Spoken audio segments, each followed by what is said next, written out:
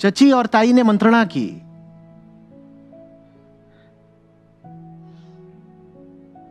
कि चौपले पर तुम्हारी दुकान खुलवा दी जाए। तुम बड़े खुश हुए, खुलवा दी गई। फिर चचा और ताऊ ने मंत्रणा की कि महीने की 10 लाख बिक्री का तुमको लक्ष्य दे दिया जाए। तुमने कहा दुकान खुलने तक तो ठीक था, अब ये भी करना पड़ेगा। तो महीना, 2 महीना, 4 महीना तुमने जो मेहनत करनी थी करी, उसके बाद लगी दुकान पर ही सोने। क्यों?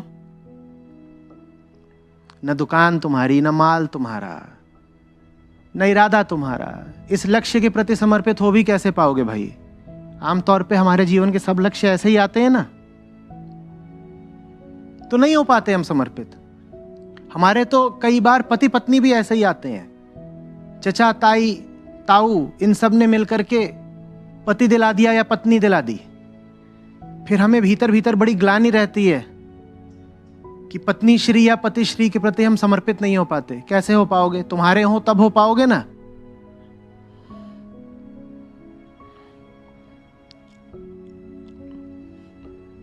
जिम्मेदारी उसी की उठा पाओगे और हंसते हंसते उठाओगे और कृतज्ञता के साथ उठाओगे जो कुछ तुम्हारे हृदय से आया है। जो तुम्हारे हृदय से नहीं आया उसकी जिम्मेदारी उठाओगे तो बोझ ही लगेगी। हमारे लक्ष्यों में दम नहीं होता क्योंकि हमारे लक्ष्यों में आत्मा नहीं होती। हमारे लक्ष्य हमारे नहीं होते, इसीलिए हमारे कोई लक्ष्य पूरे नहीं होते।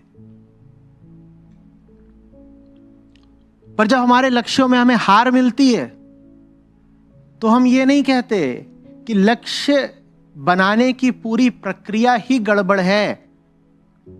हमें उसे दोहराना होगा, समझना होगा बात क्या है। हम कहते हैं हम नया लक्ष्य बनाएंगे और इस बार दूने संकल्प के साथ जुटेंगे। तो ठीक है, इस बार दूनी चोट पड़ेगी, इस बार दूनी हार मिलेगी। और फिर ऐसे हारते हारते 5-10 साल में हारने की आदत हो जाती है, जीवन हार का अभ्यस्त हो जाता है। फिर हमें बुरा लगना भी बंद हो जाता है। फिर हम लक्ष्य बनाते हैं और सो जाते हैं, सुबह उठ के कहते हैं हारे कि नहीं हारे अभी तक। ठीक,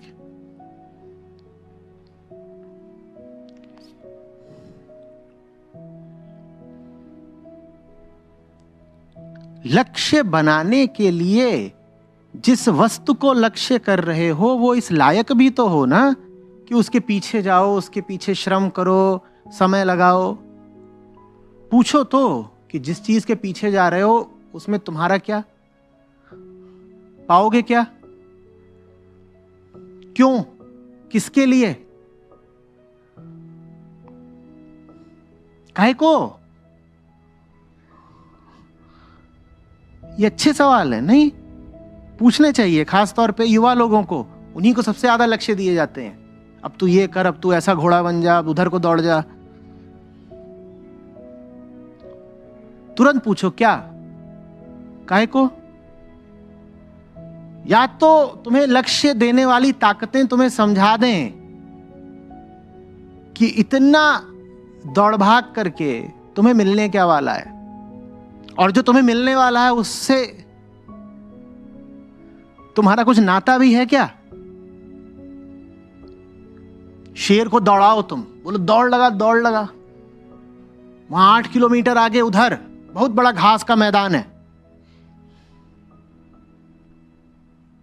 और उसको तुम पूरे तरीके से आश्वस्त कर दो कि घास ही घास है वहां पे, घास ही घास है वहां पर।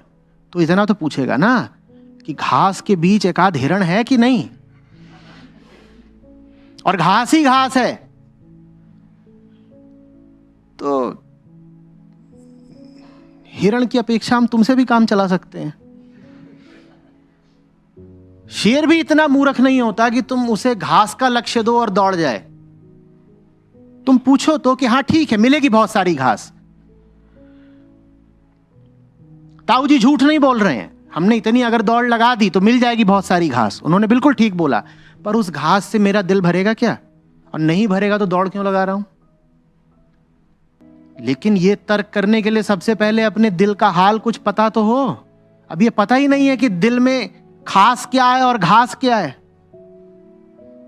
अपने आप से बिल्कुल अनजान, अपनी कुछ खबर ही नहीं। क्यों खबर नहीं? क्योंकि जिस माहौल में रह रहे हैं उसमें अपने साथ समय गुजारने का कोई प्रचलन ही नहीं, आत्म अवलोकन का कोई महत्व ही नहीं। खाली समय मिला है तो क्या करना है, चलना, मोहल्ला घूम के आते हैं, बाजार देख के आते हैं, या कहीं नहीं जाना तो चलना टीवी देखते हैं। खुद को नहीं देखना है, अपनी हालत क्या है उससे बिल्कुल बचकर रहना है। अपनी हालत का कुछ पता नहीं, टीवी देखना है हर समय। टीवी देख के तुम्हें अपने बारे में क्या पता चल गया? टीवी वाला पानी पी रहा है, तुम्हारा पेट भरेगा? बोलो।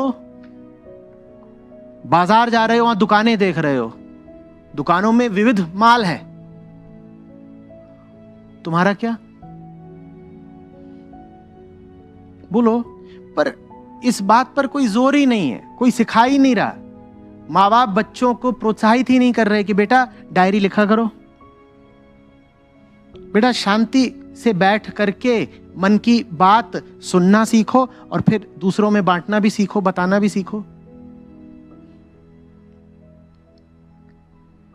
समय मिल गया है तो क्या करो, अलेक्सा पार्टी म्यूजिक, तुम तो नाचो।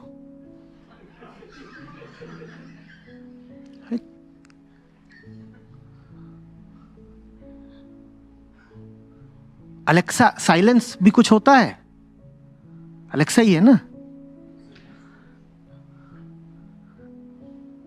बिकना बंद हो जाए, साइलेंस हो जाए तो उसके लिए तो बहुत जरूरी है कि शोर रहे और तुम नाचो।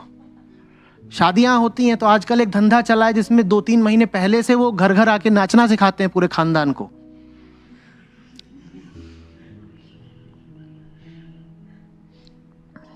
घर के जितने जवान होते हैं वो सलमान खान, ऋतिक रोशन इत्यादि बनेंगे, वृद्धाएं जया भादुड़ी बनेंगी, मरियल ताऊ जी अमिताभ बच्चन बनेंगे,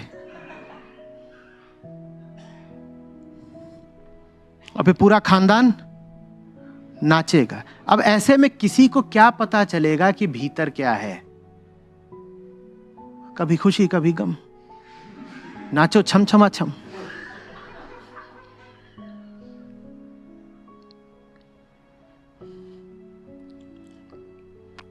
अभी हंस लीजिए, पर इन्हीं बातों पे रोना बहुत पड़ता है, क्योंकि जब अपना नहीं पता तो अपने लक्ष्य का नहीं पता होता भाई। लक्ष्य यूं ही थोड़े ही होता है, लक्ष्य किसी के लिए होता है ना। जो शेर का लक्ष्य है वो गाय का लक्ष्य नहीं हो सकता ना, या हो सकता है? तो आपको अगर पता ही नहीं है कि आप शेर हैं कि गाय हैं तो अपना आप लक्ष्य निर्धारित करेंगे कैसे?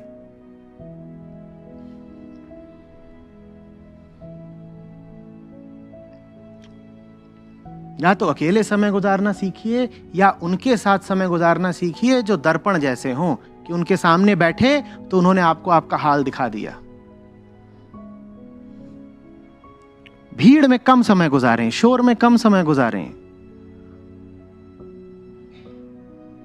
टीवी, बाजार, सिनेमा, इन सब के प्रति थोड़ा सतर्क रहें।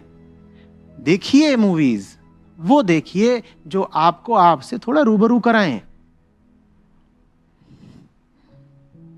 ऐसी पिक्चरें मत देखने जाइए जो आपको किसी वैकल्पिक स्वप्न जगत में ले जाएं और आपको भी लगे कि हां आप भी तो मॉरिशस की बीच पर सुंदरियों के साथ नाच रहे हैं। कुछ देर के लिए गम गलत कर लिया, 300 रुपए का टिकट, 500 रुपए का पॉपकॉर्न।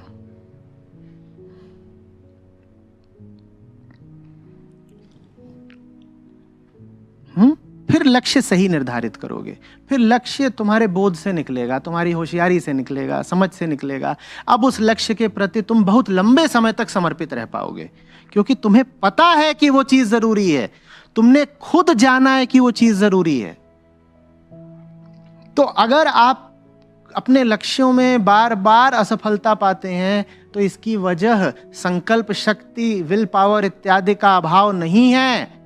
इसकी वजह यह है कि आपके लक्ष्य हैं ही गलत। सही लक्ष्य तो प्रेम प्रसंग की तरह होता है, वो पकड़ लेता है। आप उसे फिर छोड़ना भी चाहोगे, वो आपको नहीं छोड़ेगा। ये गजब मत कर लीजिएगा कि अगर लक्ष्यों में सफलता नहीं मिल रही तो किसी मोटिवेशन की दुकान में जाके बैठ गए। वो भी आजकल खूब चल रहा है।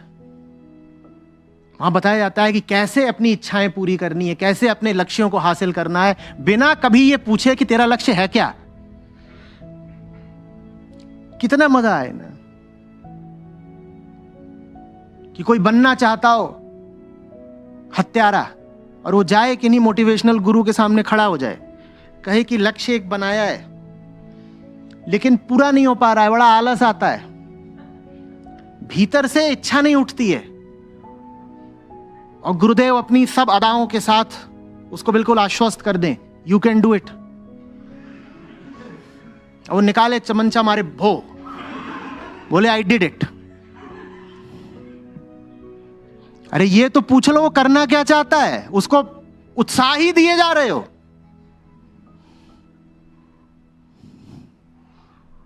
जो करना चाहते हो अगर वो ठीक है तो किसके रोके रुक पाओगे तुम।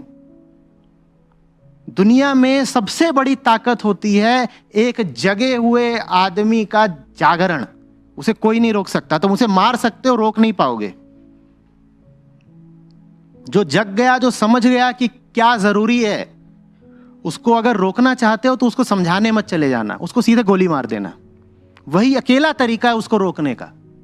तुम उससे तर्क करोगे, तुम उसे लालच दोगे या तुम उसे धमकी दोगे, वो कतई रुकने नहीं वाला, क्योंकि वो अब जान गया है। अपनी आत्मा के चलाए चल रहा है। वो जो आत्मा के चलाए चल रहा है, दुनिया की कोई ताकत उसे रोक नहीं सकती।